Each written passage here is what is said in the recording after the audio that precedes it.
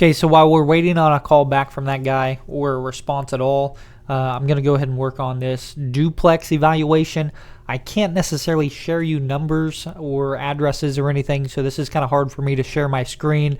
I'll see if maybe I can put some blurbs on the screen here, but we've got a duplex. It's currently rented, $19.50 aside, and they want to know what they can sell it for today. So I'm gonna go and pull some comps around the area, see what other duplex have been selling, see if I can get them an estimated price.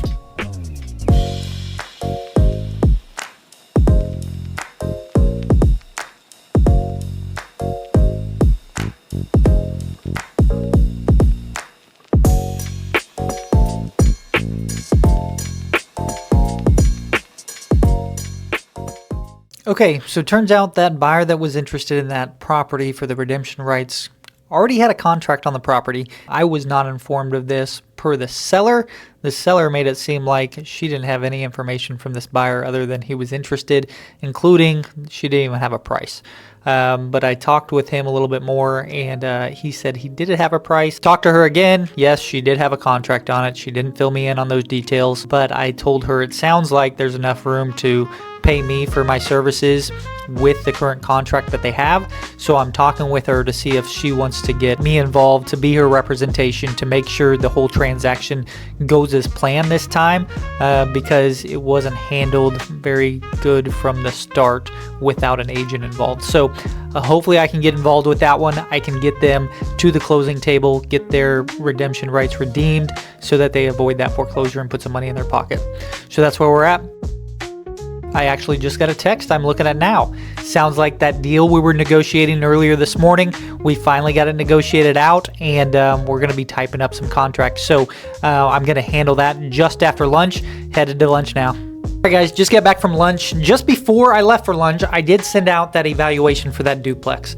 It brings in $19.50 aside. I found some other comps over there in the area that had sold, where my evaluation came out to about $380. So I got the presentation sent over to them with their estimated closing cost, just to give them a list of all the comps and all of the active inventory so they can make the best decision for themselves on whether they're ready to sell that or not. They also said they have to talk to their 1031 exchange attorney. So I'll put them on the pipeline, and I'll check back with them a week or so and see how everything's going there. As soon as I got back from lunch, I sat down in front of my call tracking sheet. This is a sheet where I keep all of my notes and all of my conversations for the day. It's super important whenever you're dealing with as many clients as we are to keep notes and keep track of all the conversations you're having so you don't leave anybody on red or you don't forget to respond to somebody. So something I do to make sure I don't drop the ball on anything. I did have a seller that texted me earlier this morning about a time to close on her house next week, so I went ahead and scheduled that. Now I'm going to jump in here and amend this contract that we got over from this buyer this morning that we got negotiated out. So the way that works is the buyer will send over an offer after we negotiate. We've changed terms in the contract now. Now we have to retype it and get it signed by all parties. So that's what I'm working on now. Okay, so we got the contract retyped and sent back over to the buyer's agent. Once I get buyer's signatures on that, I'll send it over to my seller. Now we're going to get on the phone and make some phone calls and see if I can find some more distressed properties to send to my investor clients. Okay guys, finishing up with phone calls here, but I've got an appointment coming up at 5:15 and I've still got to get a video in today. So I'm going to go ahead and shoot my video, and we're going to kind of do a video inception. I'm going to shoot my video so you can see kind of the background of what we go through when we shoot videos. And then I'll hand it to my admin and he'll clip that video out of this video, and that'll be a video on its own. So the name of this video is Inspections Aren't Just for Buyers. So that's a video right there. I've got a little script that I'm reading off of, so had to kind of, we'll chop that together, and it'll be a nice little video once we're done. But I'm gonna hammer out a couple more phone calls, and then I've got an appointment with some new investors here at 5:15, and then we've got an event that we're going to tonight. So we'll catch you at the next one. Hey Neil, it's Riley Ringgold. How are you? So they've worked out some sort of payment arrangement with you, and you're gonna make those payments? Well, that's why I'm here, to make sure that doesn't happen. So when we first started talking back in January, all you had to come up with was $50,000. Now with all these additional fees and everything, now you have to come up with $76,000. Well, but that's the problem though, is if we were to get, let's say 90 grand when you only owed 50, then you were putting 40 in your pocket.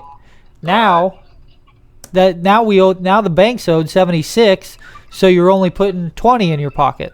Okay. I just wanted to, the market's doing pretty well, and I think that, we could get it sold in the current condition. The reason these fees are so high is because it says in here they've got an interest amount of $14.84 a day. Yeah, every day this isn't resolved, it's adding up with these interest payments. If you get it worked out with the bank and you can save yourself some money, I think you should do that. But in all my experience of dealing with these banks and these foreclosures, I don't think that it's going to end up in your favor dealing with them. So I'm still on the same page of I think you should sell the property as soon as you can. I know that, that's based on you finding some other place to go, but as far as putting more money in your pocket, the sooner you get it sold, the better off you're going to be in that aspect. Okay. Well, and I'm sorry for that, and I'm sorry you're in that position.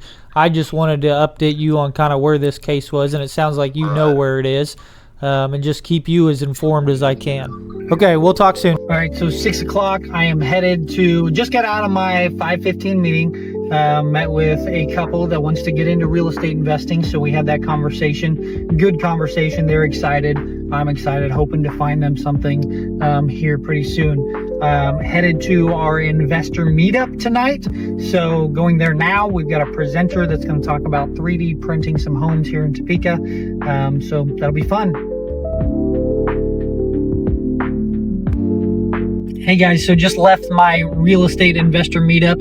It's something that my dad and I started probably about a year ago now. Every month we get together with local real estate investors to learn more about what's going on in Topeka, learn more about investment strategies and that sort of thing. Tonight we had about 10 to 12 people there. It was a pretty good turnout, and we had a local guy that's starting a 3D home printing company. So 3D homes are coming to Topeka. So that's the end of my day. It's about 8:30. Headed home now to kiss my babies goodnight and start on getting ready for tomorrow. So that's the day in the life of a real estate agent.